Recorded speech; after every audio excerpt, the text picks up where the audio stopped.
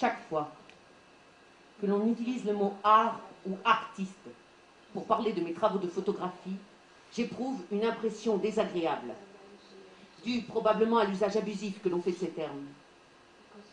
Je me considère comme une photographe, et rien de plus.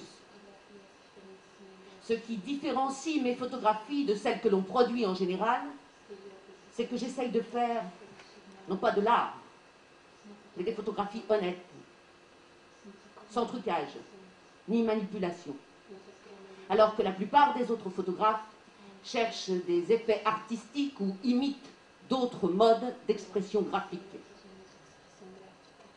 Il en résulte un produit hybride qui ne confère pas à la photographie la caractéristique qui devrait être la sienne, la qualité photographique. D'un jeune homme mort, mais d'un jeune homme qui sourit. Oui, il sourit. C'est ça qui est étrange. Étrange et fascinant à la fois. Il sourit et d'un coup, la mort ne me fait plus peur. C'est comme si je pouvais tout à coup la regarder en face. J'y trouve même quelque chose d'apaisant, de captivant. Je le regarde. Je pourrais le regarder des heures entières. Pleurer, oui, oui, je pourrais pleurer aussi, oui, là, je pourrais, mais ce serait des larmes d'amour. Des larmes chaudes et douces qui viendraient sans y prendre garde me surprendre. Mais là, tu es sous les yeux même de Tina. Tu es dans une simple rue de Mexico, la calle Abraham González. Mais là, jeune révolutionnaire cubain assassiné par le dictateur Machado. Comment dire? Comment dire au-delà?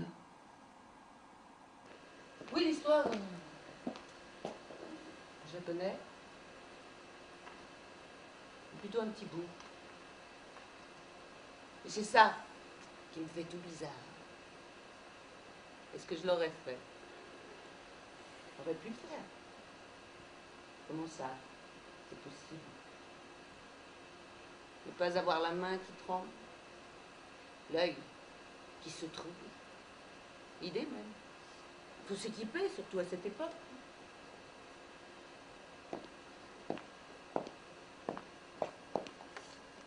Là, devant le lit, glisser le drap, voir l'être aimé qui ne vous verra plus jamais ne vous touchera, plus de baisers, plus de bisous, dans le cou, sur la lunée, et puis mon préféré, celui qu'on fait que nous deux, que plus personne ne fera. Comment fait-on le point avec les yeux pleins de larmes?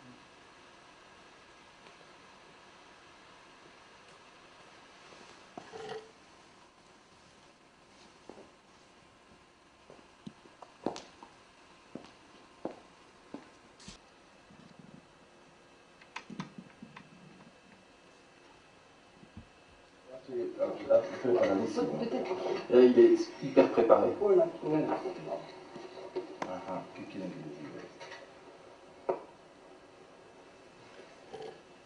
Tu vois la scopiation?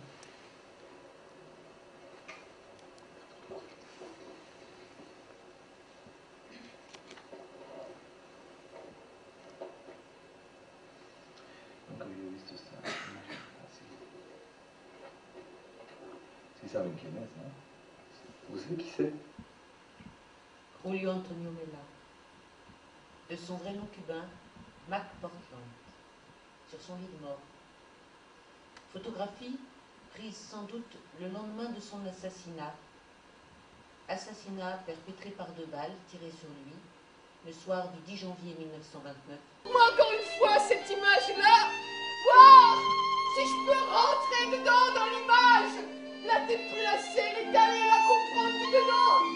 Et alors, s'il nous reste encore un peu de temps tous ensemble, raconter cette histoire qui nous a fait nous rencontrer. Ahí en esa orilla del mundo no duerme la maquiladora de un desperdicio en la tierra.